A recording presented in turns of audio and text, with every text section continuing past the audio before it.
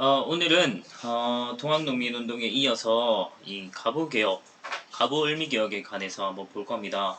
우리 수업 때도 얘기했고 학습지에서도 봤지만 그 가보을미개혁 하기 전에 1894년 동학농민군 1차 봉기부터 시작을 해서 아간파천까지 이 2년 동안 우리가 볼 땐 그냥 뭐 2년, 우리 역사에서 볼 때 2년은 그렇게 뭐 긴 시간 아니잖아요.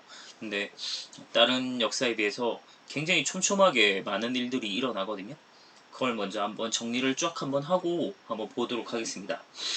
일단 우리 봤듯이 동학농민군의 1차 봉기가 일어났을 때 이제 고부농민봉기부터 시작을 해서 그 정부에서 진상조사를 나왔다가 이제 농민군의 잘못으로 하게 되니까 이 다시 한번 봉기를 하게 됐죠. 그게 이제 백삼봉기였고 그때부터 이제 농민군이 조직이 되어서 본격적인 1차 봉기가 시작되었다라고 보면 되겠습니다. 자, 그래서 뭐 황토현 전투나 뭐 황룡춘 전투 이런 걸 통해서 승리를 하게 됐고 전주성까지 점령을 하게 되죠. 그런 상황에서 정부가 진압을 못하니까 결국 어디를 불러와요? 네, 청을 불러오죠. 청.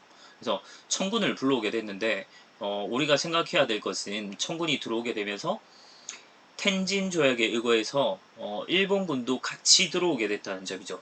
그래서 청일 양국군이 들어오게 되니까 정부가 깜짝 놀래가지고 농민군이랑 빠르게 이제 전주에서 평화조약을 맺게 되죠. 그게 이제 전주화약이라고 하는 거고 이때 이제 동학농민군의 요구를 수용을 하게 되면서 직강소라고 하는 게 이제 전라도 일대 농민들이 설치를 해서 자치적으로 개혁을 추진하는 활동을 하게 됩니다. 그리고 정부에서 나름대로는 교정청이란 걸 설치를 했고 개혁을 좀 추진하게 되죠.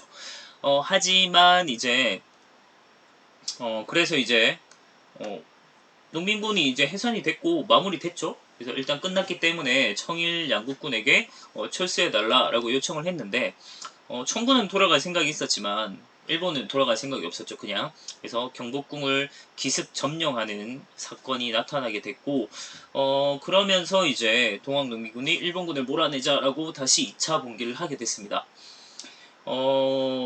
그런 와중에 일본이 이제 청까지 건들게 되면서 청일 전쟁이 발생을 했고요.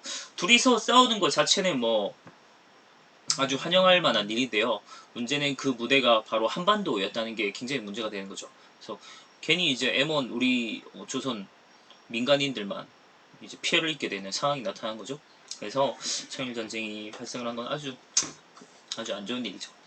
자, 그런 와중에 일본이 이제 경복궁을 점령했다고 했잖아요. 그래서 자기들 입맛에 맞게 약간 이제 개혁을 추진하게 됩니다. 이때 이제 김홍집을 중심으로 내각을 구성을 해서 1차 이제 가보개혁이라고 하는 것이 추진이 되는데 이때는 일본이 아직 청일 전쟁 중이기 때문에 적극적으로 개입을 못하는 상황이라고 보면 돼요. 그래서 좀 일본의 입맛이 아직 덜 들어간 그런 상태로 개혁을 했는데 이 내용은 나중에 우리 한번 볼 거고요. 그 다음에 이제 청일 전쟁에서 일본이 승기를 잡게 되면서 적극적으로 개입을 하면서 이제 2차 개혁이라고 하는 것이 나타납니다. 우리는 굳이 뭐 1차, 2차 이렇게 나누진 않아도 돼요. 그냥 뭉뚱그려서 가보개혁 이렇게 생각을 해도 됩니다. 이때 이제 고호종의 홍범14조라고 하는 것이 발표되기도 했고요. 그 다음에 일본이 완전히 청일 전쟁에서 승리하게 됩니다. 나중에 설명을 또 하겠지만 그 이제 대가로 랴오둥반도 일본과 이제 청 사이에 시모노세키 조약이란 걸 맺어요. 이 조약은 한번 들으면 절대 까먹지 않는 조약입니다. 저도 학생 때 이 시모노세키 조약을 듣고 아직까지도 기억을 하게 되는 게 참, 네, 욕 같아서 잘 기억이 나죠. 그래서 청일 전쟁에서 승리하고 시모노세키 조약으로 이제 랴오둥반도, 요동반도라고 하죠. 랴오둥반도랑 타이완, 대만을 요때 이제 차지하게 되는데 문제는 이 요동반도는 랴오둥반도는 전진기지, 대륙 진출의 이제 전진기지로 아주 중요한 요지였고 또 이거 러시아 입장에서는 남하 정책 추진하고 있는데 일본이 치고 올라오는 거에 대해서 굉장히 견제를 하게 돼요. 그래서 러시아가 독일이랑 프랑스 같이 끌어들여가지고 청에 이 요동반도 돌려줘라 라고 이제 요구하는 사건이 일어납니다. 그걸 우리는 삼국이 간섭을 했다고 해서 삼국 간섭이라고 얘기를 했고, 이 삼국 간섭에 이제 일본이 당연히 굴복할 수밖에 없죠. 러시아 나도 벅찬데 독일 프랑스까지 가세하다 보니까 결국은 이제 일본이 받아들여서 요동반도를 돌려주게 되는 그런 상황입니다. 그래서 갑자기 살이 들렸네요. 조선 정부에서 생각했을 때는 이거 우리 일본을 벗어나려면 러시아를 이용하면 되겠구나, 러시아가 더 세구나 라는 생각을 가졌고, 칠러 내각이 막 수립되면서 칠러 정책을 막 펴게 돼요. 그러니까 일본이 와 우리 기껏 해놨더니 러시아한테 뺏기게 생겼다 하면서 자기 자신들의 영향력을 다시 찾아오기 위해서 아주 극단적인 사건을 벌이는 거죠. 그게 바로 명성황후 시해 사건, 을미사변을 일으키게 됩니다. 왜냐하면 명성황후가 당시는 민비죠. 그래서 민비가 이 칠러 정책을 펴고 있는 아주 대표적인 이제 주동자라고 생각을 했고, 그래서 제거를 한 것이죠. 그 다음에 완전히 이제 친일 내각을 다시 수립을 해서 을미 개혁을 추진하게 됩니다. 근데 이 을미 개혁에서 나중에 우리 내용을 보겠지만 단발령이 굉장히 반발을 하게 되어, 그래서 을미사변에 대한 것과 이 단발령에 대한 반발로 의병이 일어났고, 그걸 을미의병이라고 합니다. 의병이 일어나다 보니까 일본군이 이 의병을 좀 진압하기 위해서 경복궁의 경비를 좀 빼게 돼요. 그래서 이 허술한 틈도 생겼고 굉장히 혼란스럽잖아요. 이 혼란을 틈타서 이제 고종이 러시아 공사관으로 몸을 숨기게 됩니다. 그걸 이제 아간파천이라고 하죠. 나중에 한번 자세히 보겠습니다. 그래서 이 일련의 사건들이 이렇게 쭉 이렇게 흐름대로 이어져요. 우리 근데 요거를 동학농민군 따로, 가보개혁 따로, 뭐 이렇게 하나하나 나눠서 보면 잘 연결이 안 되거든요. 그래서 쭉 흐름대로 이런 식으로 이제 이어져 왔다라고 하는 걸 우리는 좀 잘 이해를 해야 됩니다. 다 외우려면 못 외워요. 저도 외우려면 되게 힘들거든요. 그래서 이해를 바탕으로 해야만 그나마 머릿속에 좀 남을 수 있을 거예요. 그러면 이제 자세히 하나하나 보겠습니다.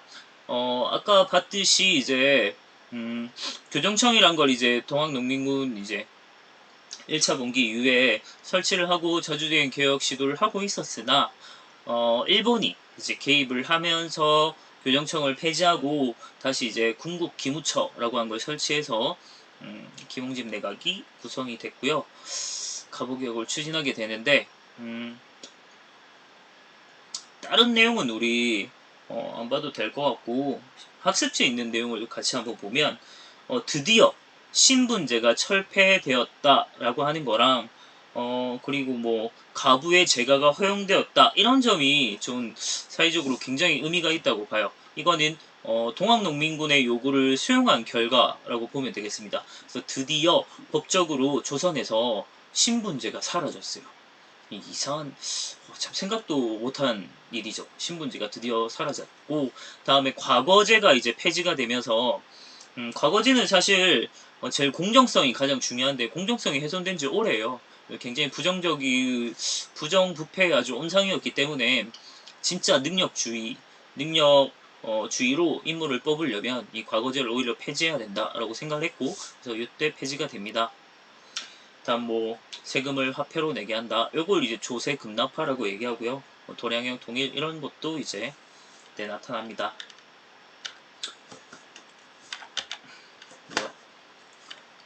다음 생각해야 될 것은